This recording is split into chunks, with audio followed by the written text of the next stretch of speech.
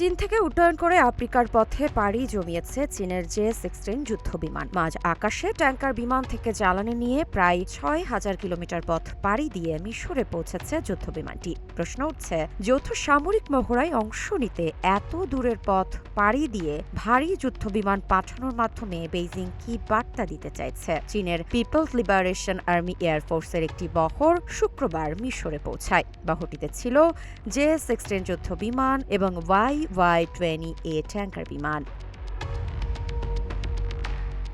চীনা সামরিক বাহিনীর তথ্য অনুযায়ী বহরটি ২ মহাদেশ ও ৪টি দেশের আকাশসীমা অতিক্রম করে ৬,০০০ কিলোমিটারের বেশি পথ পাড়ি দেয়। পুরো যাত্রায় সময় লাগে প্রায় ৯ ঘন্টা। সামাজিক যোগাযোগ মাধ্যমে প্রকাশিত ভিডিওতে দেখা যায় যাত্রাপথে YY-20A ট্যাঙ্কার বিমান থেকে মাঝ আকাশে জ্বালানি নিচ্ছে J-16। এতে দূরপাল্লার অভিযানে আকাশপথে জ্বালানি সরবরাহের সক্ষমতাও যাচাই করা হয়েছে।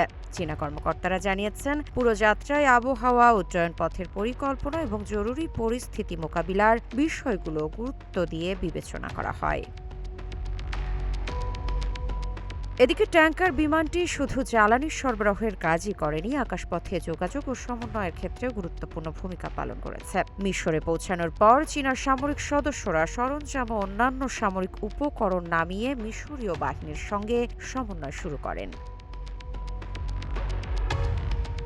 ইগলস অফ সিভিলাইজেশন 2026 নামে এই যৌথ মহড়া আগস্টের মাঝামাঝি থেকে সেপ্টেম্বরের শুরু পর্যন্ত চলবে। মহড়ায় বিমান যুদ্ধের কৌশল, আকাশে নিয়ন্ত্রণ প্রতিষ্ঠা, যুদ্ধক্ষেত্রে অনুসন্ধান ও উদ্ধার এবং বিভিন্ন সামরিক অভিযান পরিচালনার অনুশীলন হবে। তবে এই মহড়ার সবচেয়ে গুরুত্বপূর্ণ দিক হল আফ্রিকার মাটিতে এবারই প্রথম চীনের J-16 যুদ্ধ বিমান মোতায়েন করা হয়েছে। এর আগে আফ্রিকায় চীনের সামরিক কার্যক্রমে J-10 যুদ্ধ বিমান অংশ নিলেও J-16 এর এই মোতায়েন চীনের দূরপাল্লার বিমান অভিযান পরিচালনার সক্ষমতাকে নতুন করে সামনে এনেছে। চীনা কর্মকর্তাদের মতে, দেশের বাইরে দূরবর্তী এলাকায় দ্রুত একটি পূর্ণাঙ্গ বিমান বহর পাঠিয়ে পরিচালনা করার সক্ষমতা যাচাই করাই এই মোতায়েনের অন্যতম উদ্দেশ্য।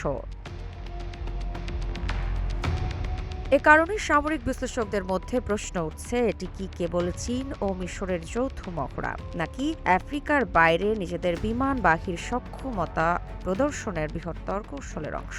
এর উত্তর এখনও স্পষ্ট নয়, তবে মিশরের আকাশে J-16 এর উপস্থিতি চীনের সামরিক সক্ষমতার একটি গুরুত্বপূর্ণ দিক সামনে এনেছে, এ নিয়ে কোনো সন্দেহ নেই।